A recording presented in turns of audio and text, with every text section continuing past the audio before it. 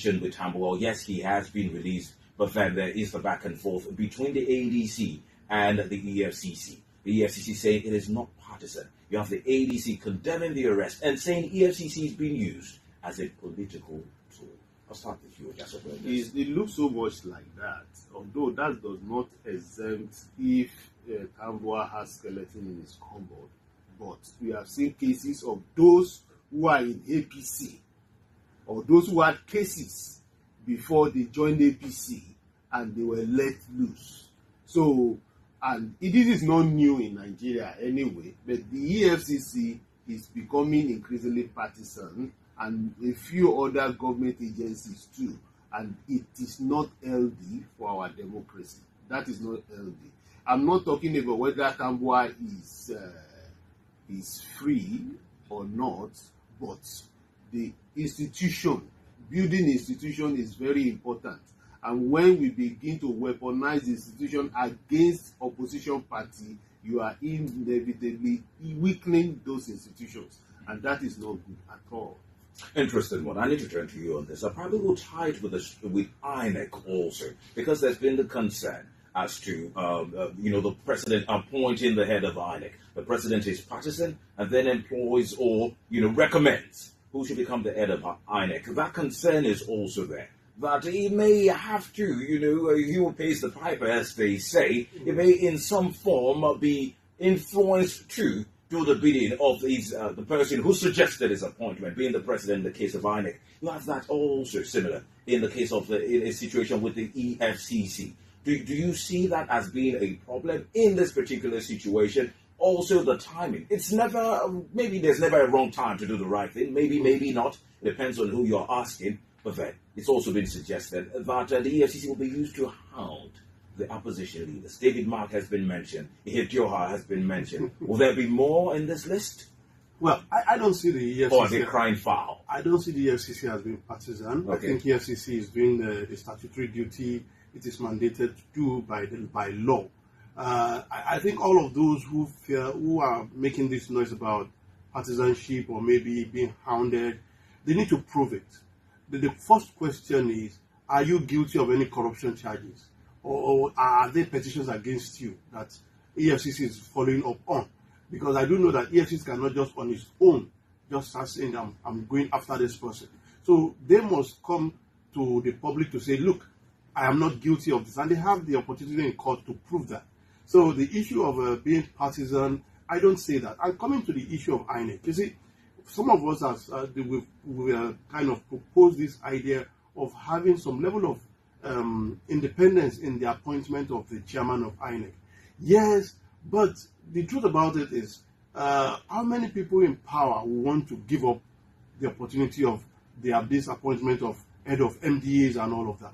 And you now say that MDA is independent to the extent that it can do whatever it likes. No, there must be some form of control.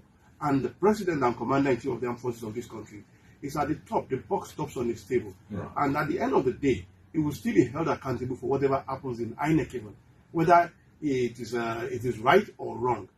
But I think the law has made it clear that INEC is an independent body, Independent Electoral Commission of Nigeria. So with that, except for whoever is the head, it does not know what his job is, or does not have the confidence to do the job, then we'll not hold him responsible for his failure, not the presidency. Ojasope seems not to agree with what you're saying. And before I move on to Ojasope for his reaction real quick, you look at state electoral bodies. They're like, what I say, microcosms of INEC. But then, you see that in states. It is the party that's in the center in the states that sweep everything. Yes. And one wonders, this one coincidence too many within this particular structure. Don't you see that also reflecting in the federal structure? That is a bit difficult in the federal structure, and we have seen it over time.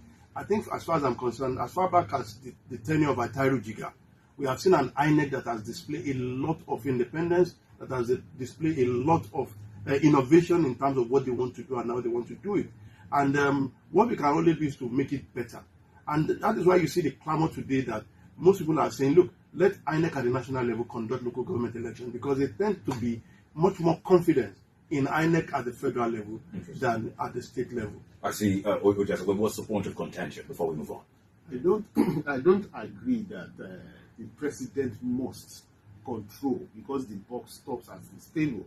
We have other democracies in the world, where it's not happening like that. The chairman of INEC will take responsibility for any wrongdoing in INEC. It doesn't have to end at the president's table. That's why it's supposed to be independent. But it is not. It is not. And as long as it is not independent, that is still an appendage of the presidency, the president will weigh too much influence on the decisions that are happening in INEC. And it shouldn't be. It's reflecting also in the Nigerian police force, where everything comes from the presidency, the order from above. When we over-centralize some of these things, then the influence of the presidency will be too much, and it will stifle the real practice of professionalism by these people. Interesting perspective. It sounds to me much more of an assumption. Okay. The president having overbearing influence on INEC and all of that. But don't we hear stories around the body language of the president? Yes, we do. But the truth about it is, just like he has mentioned, it has to do with the competence of whoever is appointed to that position. You must understand the law that set up the agencies you are overseeing, and you must be able to implement that law. And if you cannot be independent, as the name says, then you should get out of the system. You cannot come with the excuse of somebody is being overbearing and I'm looking at body language. No. Do you see CX, the state electoral bodies, do you see them as being independent? Of course they are not independent, obviously. From what we have seen over time, from the fact that the party in power... So is it that the head of such independent state bodies are not competent? No. And don't you have independence? No. It obviously shows that they are appendages of the state governor. Right. But in the case of the federal, you cannot say that, because we have seen government after government in power, parties in power, and other parties winning. We've seen a Goodluck Jonathan, who is PDP, and he lost the election to APC. I mean, how independent do you want that to be? But that's a different head now from the one we have today. We've seen Muhammadu Buhari being president, losing his state to a PDP, losing Lagos State, losing Kano State. I mean, how independent do you want the whole process to be? What I think we should be doing is perfecting the process and making sure that we put in much more transparency in the whole process. Relation with Tambuwal, yes, he has been released, but then there is the back and forth between the ADC and the EFCC. The EFCC saying it is not partisan. You have the ADC condemning the arrest and saying EFCC is being used as a political tool. I'll start with you, Jasper. It looks so much like that, although that does not exempt if Tambuwal has skeleton in his cupboard. But we have seen cases of... Relation with Tambuwal, yes, he has been released, but then there is the back and forth between the ADC and the EFCC. The EFCC saying it is not partisan. You have the ADC condemning the arrest and saying EFCC is being used as a political tool. I'll start with you, Jasper. It looks so much like that, although that does not exempt if Tambuwal has skeleton in his